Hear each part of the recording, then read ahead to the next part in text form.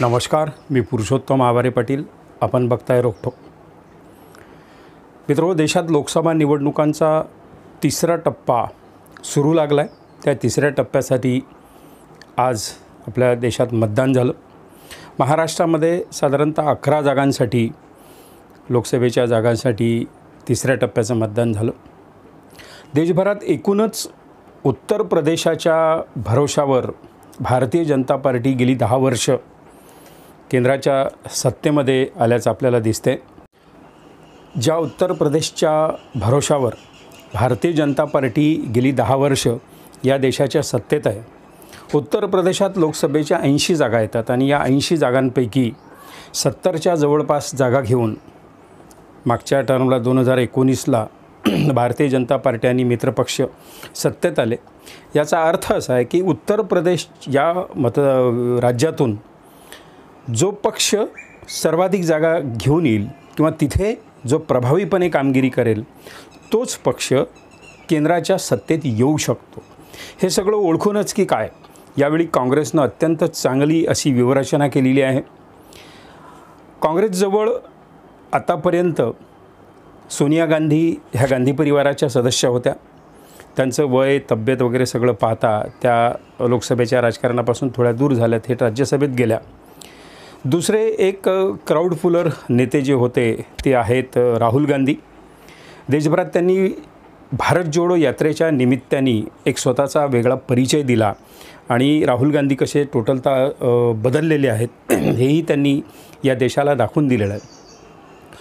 त्यांच्यासोबतच ज्यांच्यामध्ये देशातले कोट्यवधी लोक इंदिरा गांधीची छबी बघतात, ज्यांना प्रति इंदिरा गांधी म्हणतात, अगदी दिसणं, बोलणं, आवाज हा जसाचा तसा ज्यांचा आहे, त्या प्रियंका गांधी ह्या गेली काही वर्ष काँग्रेस पक्षाच्या संघटनात्मक राजकारणामध्ये आणि संघटनात्मक कामामध्ये अतिशय सक्रिय झाल्या आहेत. मित्रांनो, देशभरामध्ये आता जे स्टार प्रचारक आणि क्राऊड पुलर नेते म्हणून जे ओळखले जातात त्यात काँग्रेस पक्षाजवळ प्रियंका गांधी अशा एकमेव नेत्या आहेत की ज्या प्रचंड प्रमाणावर जिथे जातात तिथे रॅली असो, जाहीर सभा असो, अगदी विक्रमी गर्दी त्यांच्या सभांना एकत्रित होते. ज्या गुजरातमध्ये भारतीय जनता पार्टीची एक हाती सत्ता आहे, 2019 साली 25 पैकी 25 खासदार या राज्यांनी भारतीय जनता पक्षाला दिले. त्या गुजरातमध्ये सुद्धा प्रियंका गांधींच्या रॅलींना, प्रियंका गांधींच्या जाहीर सभांना ज्या पद्धतीने जनसमुदाय आपल्याला दिसतोय, जनसागर तिथे प्रचंड प्रमाणावर जो दिसतोय, थोडंसं परिवर्तन या निमित्ताने होत आहे. परंतु काँग्रेससाठी ही अत्यंत चांगली बाब आहे. उत्तर प्रदेश असेल, हरियाणा असेल, उत्तराखंड असेल, राजस्थान असेल, या सगळ्या राज्यांमध्ये प्रामुख्यानं देशभरामध्ये प्रियंका गांधींना असणारी मागणी, प्रियंका गांधींच्या सभांना होणारी गर्दी आणि प्रियंका गांधी ज्या पद्धतीने मुद्दे ठेवायला लागल्या आहेत त्यावरून असं दिसतंय की प्रियंका गांधी ह्या हिंदीमध्ये एक म्हण आहे की लंबी रेस का घोडा, अशा पद्धतीचं प्रियंका गांधी संदर्भात म्हटलं पाहिजे. खरं म्हणजे प्रियंका गांधी 2024च्या म्हणजे यावर्षीच्याच लोकसभा निवडणुकीच्या सक्रिय राजकारणामध्ये येतील. रायबरेलीमधून त्या आपल्या आईच्या जागेवर, सोनिया गांधींच्या जागेवर तिथे निवडणूक लढतील असं सांगितलं जात होतं. असा एक अंदाजही सगळ्यांनी व्यक्त केला होता. परंतु त्या यावेळी उभ्या नाही आहेत. कदाचित त्या उभ्या जर राहिल्या असत्या तर देशभरात काँग्रेसच्या एक जागा त्यांची हमखास निवडून आली असती. पण देशभरात जिथे जिथे त्यांना मागणी आहे, जिथे जिथे काँग्रेसचे उमेदवार देशभरात आहेत, त्या अनेक उमेदवारांचं कदाचित नुकसान झालं असतं. पक्षहित गांधी परिवारानं बघितलं. गांधी परिवाराने नेहमीच पक्षहित, देशहित, राष्ट्रहित याला सर्वोपरी ठेवून स्वतःचं जीवनाचं बलिदान या देशाच्या राजकारणासाठी, समाजकारणासाठी, राष्ट्रकारणासाठी दिलेला आहे. तोच कदाचित भाव प्रियंका गांधींच्या या उमेदवारीच्या बाबतीतसुद्धा असेल. त्या एकट्या जर रायबरेलीतून उभ्या राहिल्या असत्या तर तिथे अडकून पडल्या असत्या. देशाच्या इतर इंडिया फ्रंटच्या इतर उमेदवारांवर निश्चित त्याचा एक विपरीत असा परिणाम झाला असता. कदाचित ह्या निवडणुका आटोपल्यानंतर एखादा जो उपचुनाव होईल, पोटनिवडणूक होईल, त्या पोटनिवडणुकीमध्ये कदाचित प्रियंका गांधी उभ्या राहतील आणि लोकसभेत निवडून जातील अशी एक अपेक्षा आहे. असा एक अंदाजही अनेक लोकांनी व्यक्त केलेला.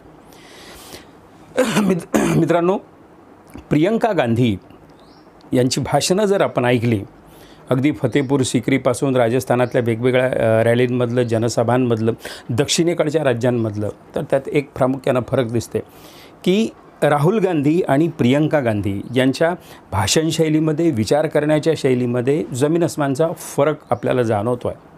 काँग्रेसची मूळ भूमिका जी आहे ती भूमिका अत्यंत त्वेषाने त्या मांडताना दिसतात, परंतु लॉजिकल मुद्दे मांडतात. प्रधानमंत्री नरेंद्र मोदी यांच्यासारखं एकेरीवर त्या येत नाहीत, त्या अतिशय सन्मानाने बोलतात, पण महत्त्वाच्या मुद्द्यांना हात घालत त्या पुढे जाताना दिसतात. त्यामुळे त्या ज्या मुद्दे मांडतात ते मुद्दे लोकांना अपील होताना जाणवत आहे.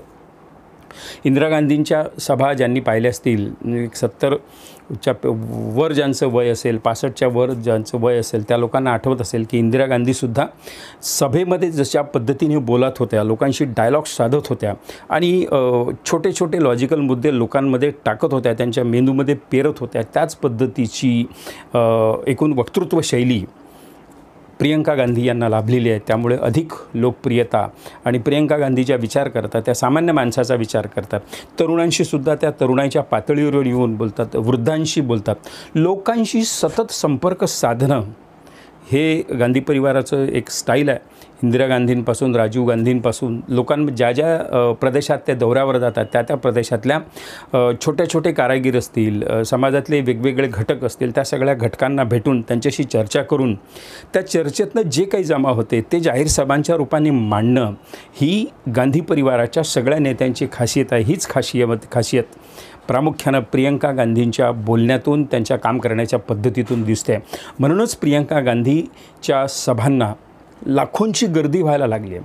ते एखाद्या ठिकाणी रॅली काढतात, फतेपूर सिक्रीला त्यांनी रॅली काढली, त्याच्यावरून चर्चा चालू आहे, सगळ्या माध्यमांवर चर्चा चालू आहे. कोणी म्हणे 4 लाख, कोणी म्हणतो 5 लाख. म्हणजे अशा पद्धतीचा क्राऊड पुलर नेता इंदिरा गांधींनंतर जर कोणी लोक जर एखाद्यात बघत असतील तर ती नेता आहे प्रियंका गांधी.